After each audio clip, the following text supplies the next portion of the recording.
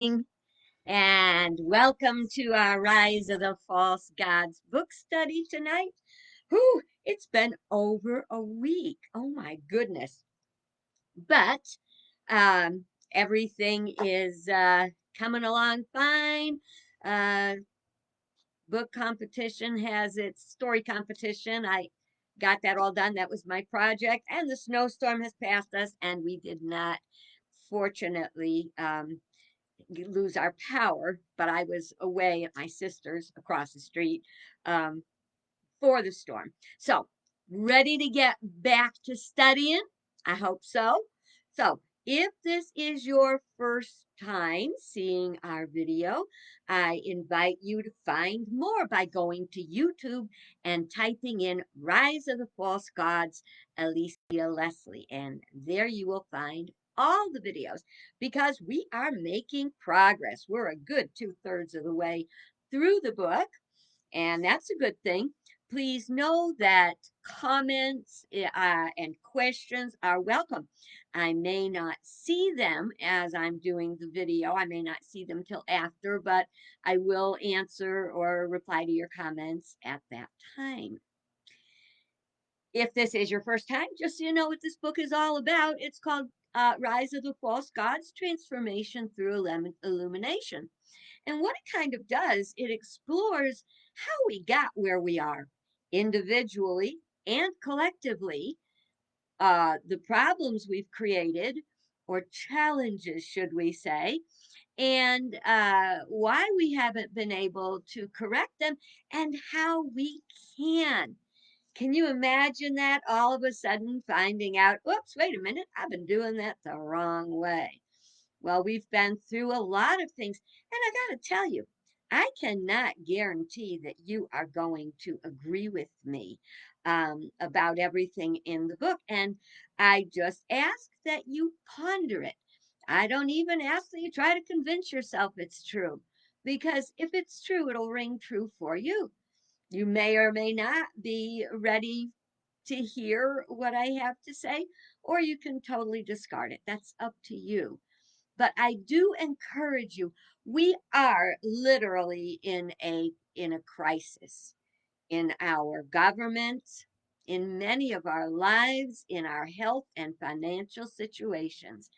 Now, not everybody's got all the same problems, but we all have some common ones, and that is we are out of whack and we need to get back to whack.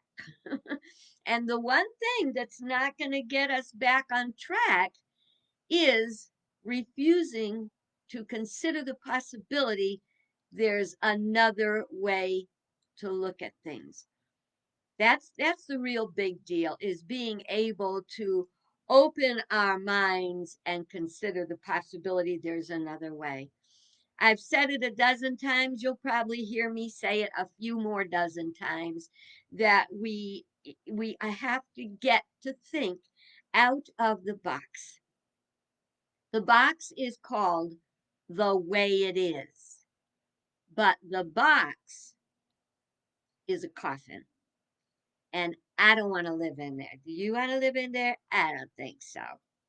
Well, tonight we are going to be talking about lost sheep, our search and rescue mission. Now, lost sheep are all around us. They're lost in plain sight. If you're following in the print copy of the book, you will be on page 181, two-thirds of the way down the page. Okay. Metaphysically, lost sheep symbolize the most harmless and innocent of animals. They represent our trusting, innocent thoughts flowing with life and following the shepherd. Thoughts like thoughts like sheep can get lost. Um, excuse me. How often have you been easily distracted and drifted away? How often have you been doing a routine chore or even in a conversation when you suddenly realize your mind was elsewhere. Sometimes when I am in jazzercise class, I'm really in my mind thinking of what I need at the grocery store or what's awaiting me at my desk or any number of things that might come into my mind. So it's easy to lose our focus, to let our sheep wander off. This is what our lost sheep are like. Lost sheep can be our own thoughts or they can be our collective thoughts. Um, excuse me. They can also be the thoughts of someone who has wandered away from their path. Now, not all thoughts or people are seen as lost sheep. Sometimes the names we have for them are not very nice. They have been named homeless bums, druggies, crooks, or jailbirds. There's many more names. Murderers, sluts, white trash, crackheads. But they're not these things in God's eyes. And they shouldn't be in ours either. You see, this is a very common error that we make.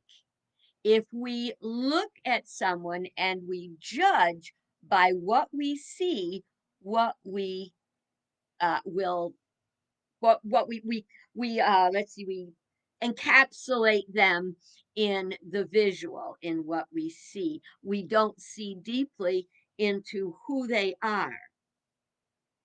So if they're not all bad names in God's heart and mind, nor should they be in ours. This includes the people that are tap dancing on our last nerves.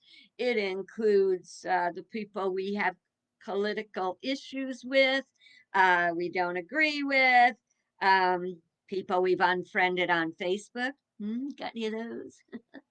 Yeah, it's real important to you don't have to agree with someone. You don't even have to like them to refuse to put them in a box, to pigeonhole them, excuse me, and judge them just by what your personal experience is.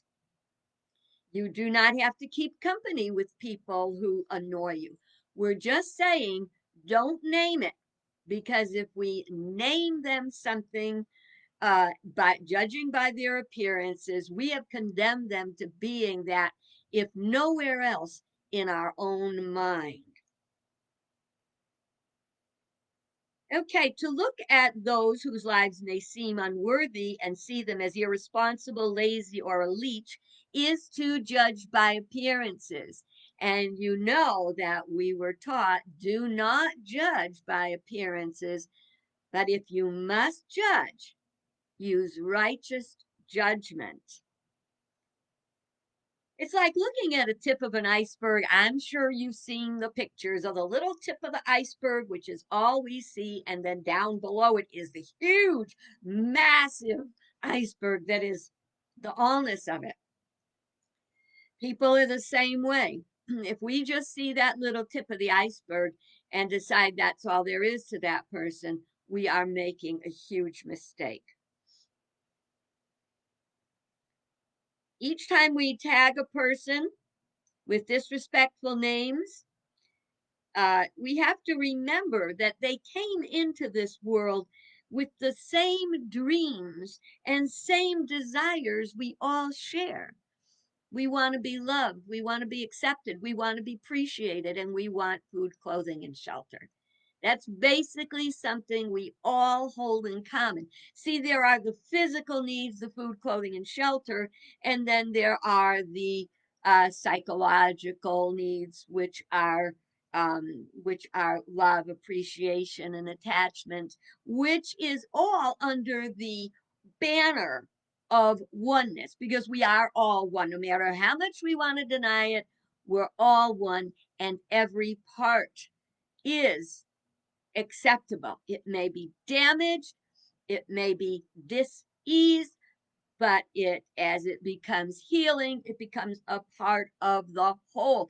If only we could look at the allness of who we are, the same as we look at a physical being. I mean, you can't just call your liver evil because it is having a problem, it's having a physical problem. Or you can't call even your state of consciousness evil, because it is where it is, but that doesn't make it's not evil in itself. It's evil in what you may choose to do with it. Okay, let's see. So for everyone being born the same, somewhere along the line, something happened, and that took them off on a wrong path. So if we look at someone and we're judging them by the appearance they have, then we are missing out and we are dishonoring who they really are. And you know what? You can do that to yourself too. The minute you start to see yourself as less than, you are picking on one of God's kids. Think about that for a minute. Now, behind the appearance that repels us, if we look deeper, we will find pain. It is pain that drives people into negative ways of being. Generally, they did not make the decisions that put them in their circumstances. They didn't intend to live on the streets. Nobody wakes up and goes, well, I think I'm going to be a bum. I think I'm going to be out in the middle of winter without any shelter, hiding in an alleyway, trying not to die from the cold. Nobody would do that. Nobody would want to say, oh, I have been born. I want to live in jail. I want to have crummy, hurtful relationships. They didn't think they'd become addicted, shunned, or condemned to a never ending suffering. They didn't decide consciously to lose their dreams and their self respect. And if we hold them in that by seeing them and seeing them as that's all they are, we lock them into that. Sometimes we need to give each other a hand up. I believe that many decided to use drugs or other bad behaviors as ways of escaping the world that has become frightening and hopeless. And I wrote this 3 years ago. So if it was like feeling frightening and hopeless back then, well, look what it's become today.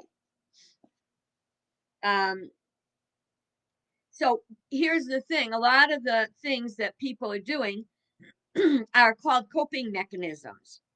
And we all have coping mechanisms, and some of them are healthy and some of them are not healthy. It's just like we've been talking about our state of consciousness and the common issue that we seem to be experiencing of cognitive dissonance and a common sense being uncommon these days, that a lot of people seem to lack common sense. Very often it's because the thought of the challenge, it's easier to say, to make up an excuse for something to soothe your own pain than to face the cause of the pain, because the only way to get past it is to go through it. And every time that we or anyone else tries to use an unhealthy coping mechanism, there's going to be pain and suffering. So we can't do that as an individual. We can't do it as a family member. We can't do it as a country. We have to be willing to face our pain and move through it. I've been there. I know this. And I've talked about it, all my stuff, so much. I don't want to go there again tonight, but I do invite you to think about what are your coping mechanisms, and are your coping mechanisms healthy or are they unhealthy? So you say, well, how would I know whether my coping mechanism is healthy or unhealthy? Well, you'll know them just like Jesus said. You'll know them by their fruits. So, what is going to be the fruit of this? If it's not going to be a good result and not good fruit, stay away from it. I know this from experience. Remember that. In America today, we're suffering from an opioid epidemic. Staggering statistics reveal that drug overdose now kills more people than guns or car accidents. It happens every day. It has touched my life. With 63,000 dying from opioid overdoses or drug abuse, 63,000 dying in 2016 alone. I know that's not a shadow to what COVID's doing. But even if you look at that and the people who refuse to wear masks or, uh, don't want to get the vaccinations, you don't want to get a vaccination. Well, don't try to stop someone else from getting one. And before you absolutely refuse to get a vaccination that could be life saving, I would recommend it would be a very good idea to do some research on it beforehand. Do you ever notice how easy it is to form an opinion without actually looking into it? There goes the what did I just say? Oh Lordy. I missed the word. Common sense and critical thinking. I knew it was in there somewhere. Okay, so we want to make sure that we practice those. This was in 2008, 2015. Says for the second year in a row, the life expectancy of Americans has dropped. The main cause for the decline is death from drug overdose. I tried to get some more recent figures, but I was in a rush. I didn't have time. But our in the United States, our our life expectancy is lower. It's like down in the first 25% of countries. So we're like down 75% down the line of all the life expectancies, with ours being around 78. And for example, China being at 83. So that's not a little difference, folks. That's a big difference. And one of the biggest reasons for uh, our life expectancy, not counting COVID, one of the biggest reasons is drug use, and then that's not even counting the drug deaths from people involved in the buying and selling of drugs. Okay, all right, where did I leave off over here? Um, So it's easy to look at drug addicts as and see them as weak, lazy, even evil people who just want to get high and live off of others, but we must not judge them by appearances. A closer look may reveal the cause behind the behavior. We have to look to cause. I say it every day. I hope you're not tired of hearing me saying it yet, because you will hear it more. I have to remind myself when I'm in a bad mood, I have to say, what's behind that? What brought that on? Oh God, I remember my mother saying that to me. My mom like lives on my shoulder. She says, well, what exactly were you thinking? What exactly was I thinking? It's a good thing. So my mom is mothering me even as we speak. So we have to look for the cause. While authorities are trying to block drugs from getting into the country or to people's hands or locking people up, that's only treating the symptoms. It's not treating the dis-ease. If the cause remains, drug abuse will always prevail. We have to go to the cause. So losing battle if we don't address the cause. Imagine what would happen if the cause were eliminated. Imagine what would happen if we looked at people that were in prison and really looked to get to the cause and to see if healing of that is a doable thing. If we look at providing some of what the people are aching for, which is acceptance, appreciation, even seeing them as a human being at all. That doesn't mean there's not some despicable behaviors. Don't, I'm not like a goody two shoes with rose colored glasses pretending everything is just fine and dandy. It's not. And that's one thing we have to acknowledge. But what we have to stop doing is doing the same thing over and over the same way and expecting a different result. And what is it that Einstein called that? Insanity. We can't keep doing the same thing the same way over and over and expecting a different result. So we got to get rid of the cause. If the cause was eliminated, the effect will be eliminated. There would be no market for illegal drugs. Can you imagine if we were able to help people to heal themselves and then there was no market for the drugs? You know, as we change in our own lives, as we change the way we think, we lose a market for things that one time we thought were indispensable in our lives.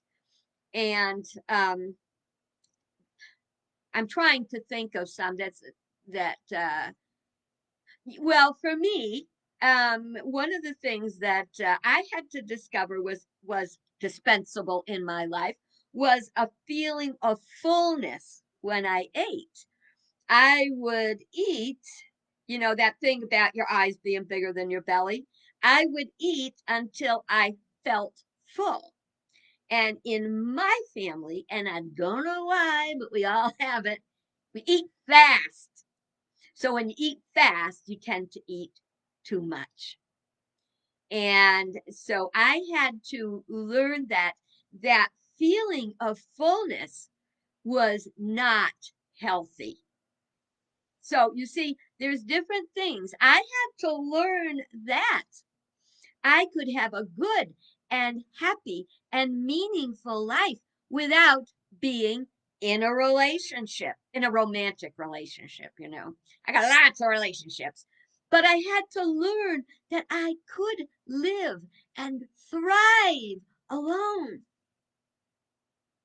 So, what is it? And that doesn't mean that at any time in life I couldn't decide to have a healthy relationship. But I did learn that I had a tendency to not have healthy relationships. And that was, you know what? If you point a finger at someone and say you're the cause, there's three fingers pointing back at you. So we have to take care of our own stuff.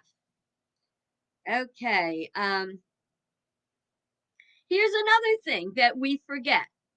Uh, it goes further than this.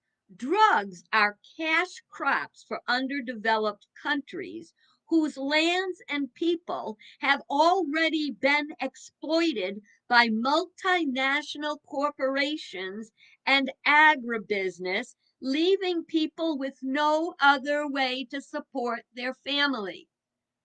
Now, you know, there's really important words in there, and those are, for example, exploited and multinational corporations and agribusiness. those are not interested in sustaining the earth and the people. They are interested in coming and taking. And you know all that stuff. And if I offend you, I apologize in advance. You're just going to have to take a deep breath and get past it. And if you want to turn it off, turn it off. God bless you on your way. But I am sick and tired about everybody thinking, we are going to have to make America great again and that want our nationalism and independence. Let me tell you something, my friend. If all of a sudden we stopped having the resources and the cooperation that we have with other countries, we would be in big trouble. We are interdependent. We need each other. And instead of going and taking what someone else has by, what was that word that was used here? Um, well, took advantage of. I can't find the doggone word here. But we've taken advantage of other countries, taken what they had or what they had to offer without looking at what we give. I know. Look, I'm an American. I love being American. I think Americans are great people. And I think they're people. And I think that, like all people, that we have our flaws. Remember one of my favorite things, the Small World ride at Disney? We are all one. We have to look for, and I think that's one of the saddest things today is that people don't travel enough. They don't get to meet these people from other countries and know that they are good people everywhere. And there are people that just want to be happy and they want to play and they want to laugh. And I think that we all have to try to find ways to connect. Remember that pen pal thing? Try to get yourself a pen pal. Okay. We have to see everyone as God's children, even if it seems like they don't want salvation or freedom from their suffering. Sometimes, we're holding on to something so tight, and it's like holding on to a hot coal. All it's doing is burning us. As overwhelming as it may seem, this is not an insurmountable problem. We must, however, have the patience and endurance to shift our ingrained way of thinking. That is a very important word, ingrained. It means that we were taught it. Excuse me, we were taught that's the way it is by our parents, our teachers, our Sunday school teachers, our clergy people, our bosses. It's the way it is. It's the way it is, my friends, is a box, and a box is a coffin. We have to reach out of that. We have to reach out of our limiting, boxed in thoughts to greater possibilities. When we hold right and truthful thoughts, we begin the process of manifestation. We will draw like-minded people and opportunities to us which bring the quantum shift we desire. We can work with others, excuse me, to find treatments that work, not just get them clean and send them back out to temptation. If we do not address the primary cause, we can expect relapse. Today, one of our greatest issues is the uh, conspiracy theories, the cognitive dissonance, the absence of critical thinking, and common sense. All those are coming from the darkness of ignorance. And that is that place, the dis-ease that we need to address. If we simply put up walls, impenetrable walls between ourselves and the people who think differently, things are not going to get better. So our goal then would be to learn how to reach out to others. There are ways, we'll talk about that another day. But like I say, we don't have to live in their back pocket. We don't have to hang out with them. We have to be the best that we can be. And my dear ones, we must stay in the light. We must live on the light side, truth, justice, enlightenment, and attract others to us that are like minded, and have our light be so strong that if someone comes into our orb of influence and they are a darkened state of consciousness, number one, we won't let that dim our light. Number two, we won't get arrogant and shine our light on them so brightly they close their eyes. But number three, we can be a calmly, high powered agent of good in the world. We have to be active, not just passive. So we are like shepherds. We have to go find our sheep. And Jesus said, my sheep, they know my voice and they follow me. And I was thinking about that today. I was thinking that, I realized these are like time capsules we're doing, because the frame of reference we keep using is our circumstances today, because I'm hoping it's something you can relate to. Uh, Times and circumstances will change, but right now this is our thing to deal with. And I was thinking about the many politicians who are afraid of losing votes. So they're afraid to speak their mind.